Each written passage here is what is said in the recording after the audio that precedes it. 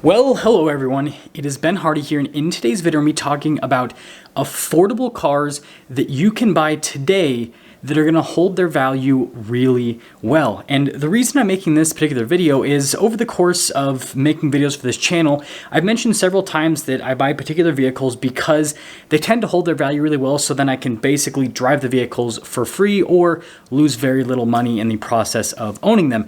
And a lot of people have commented, well, Ben, that's not practical or realistic for the average Joe because the vehicles you buy are too expensive. And I say, well, that's a bunch of phooey because there are plenty of vehicles that are very affordable that, again, you can basically drive for free. So that's what we're going to talk about. Before we get into the video, though, as always, if you're going to save time and money the next time you purchase a car, link to my car buying guide in the description down below. And then if you're going to see more videos just like this, then I recommend you subscribe because I post content every single day. Let's get into it.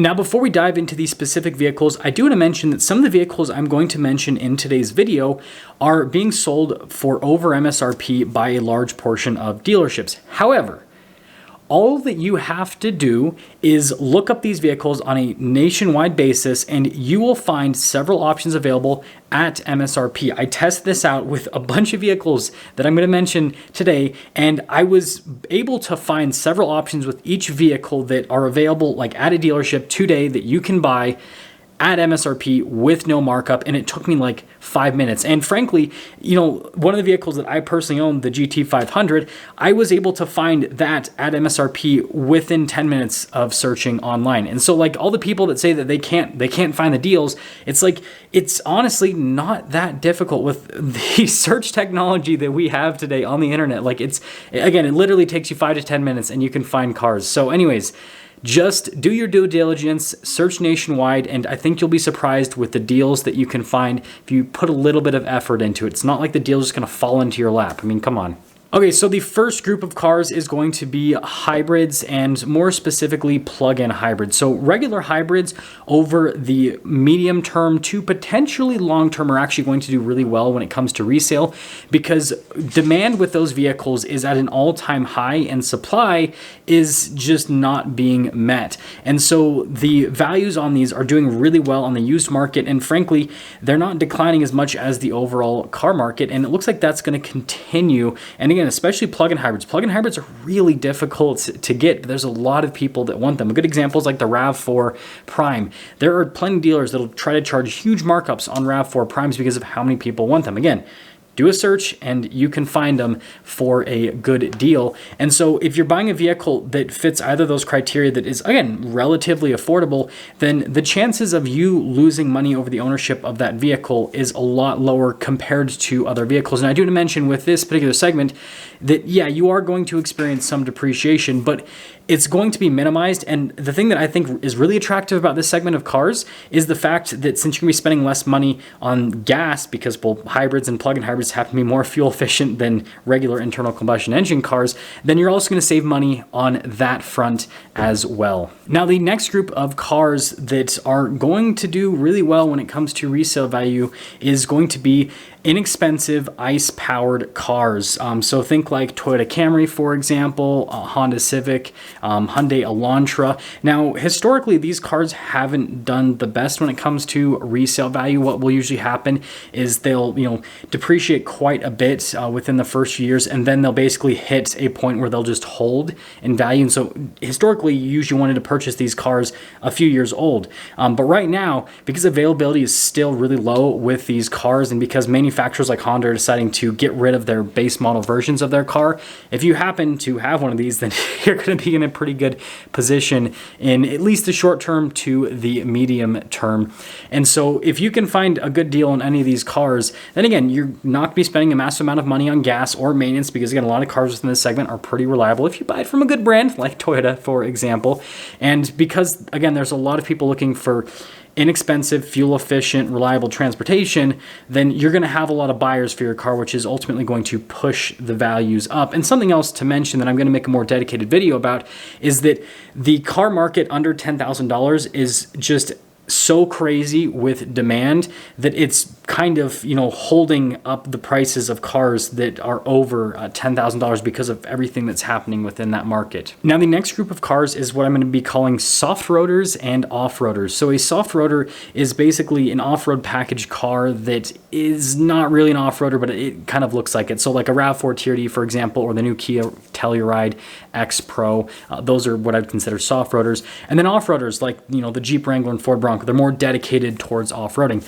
Off-road cars have become more and more popular as time has gone on, and that is not going to stop anytime soon. Even though most people won't ever take any of these vehicles off-road, they like the looks of it, and they like the idea of being able to go out and adventure again, even if they're never going to do it. And so this obviously helps out with resale value on these vehicles tremendously. And another vehicle in this segment that's always had great resale value is the Toyota 4Runner. Like, that is just amazing, and especially if you go for like a Tier D off-road package. I know the Tier D Pro has crazy values, and you can actually get them Tier D Pros at MSRP now, and sometimes even below MSRP.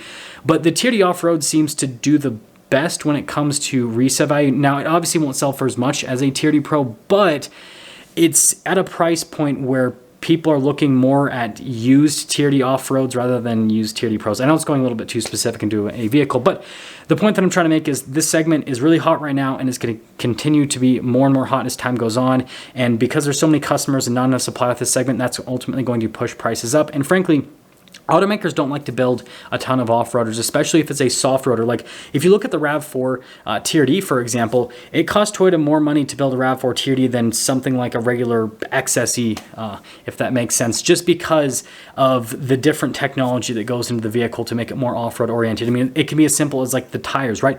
Automakers look at every little cost associated with the vehicle. If they can build a street-oriented vehicle with street tires that are really cheap, then they're going to try to focus on building more of those rather than an off-road style vehicle with, chunky off-road tires that, again, is ultimately going to cost them more to produce, that they can't necessarily sell for more money brand new. And so because, the production numbers are also usually lower with these off-road package vehicles, that also is going to help you out when it comes to resale value. The next category is going to be manual transmission sports cars. This is a category that becomes more and more valuable as time goes on because you have a lot of car enthusiasts that just miss shifting the gears themselves. And so there are a lot of affordable manual sports cars that you can buy today that are going to hold their value pretty well. So like the Mazda Miata, for example, even before COVID, that was a car that if you bought like a base model Miata with a manual transmission, you wouldn't really lose all that much money when it came to resale value on the car.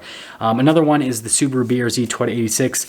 And again, there are enough of these out in the world at this point that you can find deals on these cars. Another one is the Subaru WRX. I mean, this is one that I thought was hilarious. I looked this one up online and I found several WRXs for under MSRP, manual transmission. And so like there are deals to be had on cars. And so anything that is sporty with a manual transmission is really hot today, and it's going to continue to be hot in the future. And this is something that I always advise people to do if there is a manual option for a car that's sporty, because like people will sometimes go to the automatic because maybe it's quicker shifting. A really good example is with the Volkswagen GTI or Golf R, right? They have a dual clutch available, and people like rave about the dual clutch, like, oh, it's so quick to shift and this and that. And it's like, that's great, but automatic transmissions continue to get better as time goes on. And so you imagine that car in 5 to 10 years is probably not going to feel so great compared to what automatics will be like in 5 to 10 years. But manual transmissions, they're timeless. So it's like if you get a manual, like,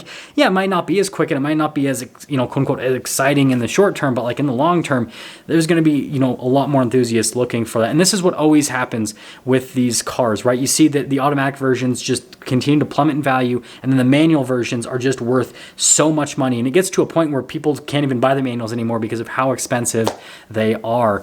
And so yeah, manual transmission sports cars, those can be a good one. And that actually kind of leads me into the next category that I want to put as a standalone category, and that is any of the new hot hatches. So like the new Honda Civic Type R, the GR Corolla, and the Volkswagen Golf R. This is one that I'm probably going to get a lot of heat for because people are going to say that you can't get any of these for MSRP. And again, that's not reality because I did a quick search and I was able to find all of these vehicles for MSRP. And in fact, I was actually able to find Volkswagen Golf Rs for under MSRP with the manual transmission and with the dual clutch transmission as well. And the thing about hot hatches is because they have such a big enthusiast base behind them, the resale value is always strong because there's only so many of those cars that are built and just everyone wants them. Like I happen to have, I feel like some pretty cool cars and I still want like a hot hatch. Like I always think about like buying one. I'm like, man, maybe I should go buy a Honda Civic Type R. Maybe I should go buy, like I always think about it. And so it's like those types of cars, like they appeal to such a large base of people that the resale is always strong. I'll use the Honda Civic Type R as I think the best possible example is with the last generation. The car stickered for about $38,000 brand new. And the lowest that I saw the prices go on that car was salvage title cars selling for like $30,000. Like that is crazy. And so if it was a new Honda Civic Type R, like when I say new, I'm talking about like relatively low mileage for the previous generation, it was selling for over original MSRP used. And if it was a really high mileage, like first model year car, then it was selling for barely under original MSRP. And so if you get any of these cars for original MSRP or maybe a little bit under, like you're going to be in a pretty good position. Now, the next group of cars is going to be mid-sized pickup trucks with an off-road oriented package. So think Nissan Frontier Pro 4X, Toyota Tacoma TRD off-road, even, Honda Ridgeline HPD. Now, some of these pickup trucks like the HPD edition have gotten pretty expensive. Like I think that is like around $50,000 based off the last time that I reviewed one. However, some of these trucks, if you opt them out a little bit lighter, if you're not going for like the bougie luxury version, can be closer to like the $40,000 range, which is still a lot of money, but that's less money than the average brand new car. The average brand new car is almost $50,000. And so with all of these trucks, you can still buy them at a relatively affordable price point. And on top of that, they're going to hold their value really well. Mid-sized trucks just always do well when it comes to resale value, especially off-road packages, like I mentioned earlier in the video, and especially if it's a mid-sized pickup truck that's perceived as reliable. That's why I mentioned Ridgeline, Tacoma, and Nissan Frontier, because these three trucks, I know people say things about Nissan, but they've got reliable powertrain setups. They all have naturally aspirated V6s, torque converter automatic transmissions, and so there's always going to be people that are going to want to buy these trucks, which ultimately helps out with overall resale value. Now, before we cap off today's video, I do quickly want to go over a couple of things. So first off, like I said earlier in the video, these are cars that you can buy today. Like you can get these deals today. You don't have to wait 3 to 6 months to wait for these cars to go down to MSRP. If you are willing to look, you can find the MSRP deals. The other thing to mention is most, not all of these vehicles, but most of these vehicles typically do not see rebates. Even in a very competitive car market, you usually don't see rebates on these vehicles. I use, a couple examples. So like the Honda Civic Type R, right? You're not going to see a Honda Civic Type R rebate. There's always going to be a big enough enthusiast base that is supporting the values on those cars that and the sales of those cars that Honda's not going to have to discount them to sell them. Something that is a little bit more mainstream, the Toyota RAV4. Well, if you look at the TRD version of the RAV4, there's no reason for Toyota to ever put a rebate on a TRD version of a RAV4. What you will typically see with a manufacturer like Toyota, if they happen to put a rebate on a car, let's just say that they do that hypothetically, they're going to put a rebate on the, mass-produced run-of-the-mill version of a car. So like with RAV4, that's going to be like XLE, for example, right? Maybe there'd be a rebate on that. But with the more specialty version of a car, the RAV4 TRD, you're not going to see a rebate on that. Or like a RAV4 Prime, that's another example. You won't see a rebate on that. And so like I said, not all, but most of these vehicles just won't see rebates. And so the biggest discounts that you could potentially see in the next 3 to 6 months, if those discounts ever arise, is maybe some more discount off of original MSRP. But with all of these cars being in the more affordable car category, the amount of discount that a dealership would be willing to give on them is not all that much, because the profit margins that dealerships have on a lot of these cars is not massive. I mean, we're talking about, with some vehicles, the difference between invoice and MSRP being maybe $1,000, $1,500.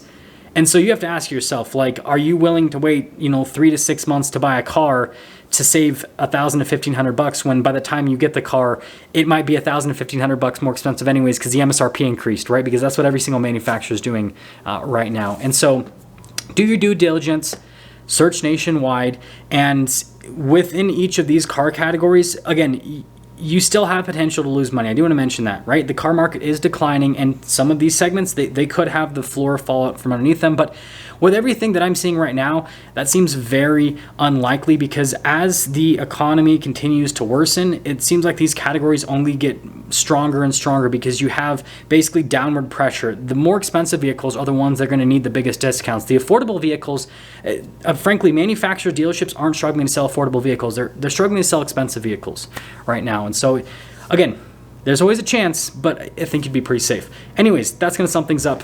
I'll see ya.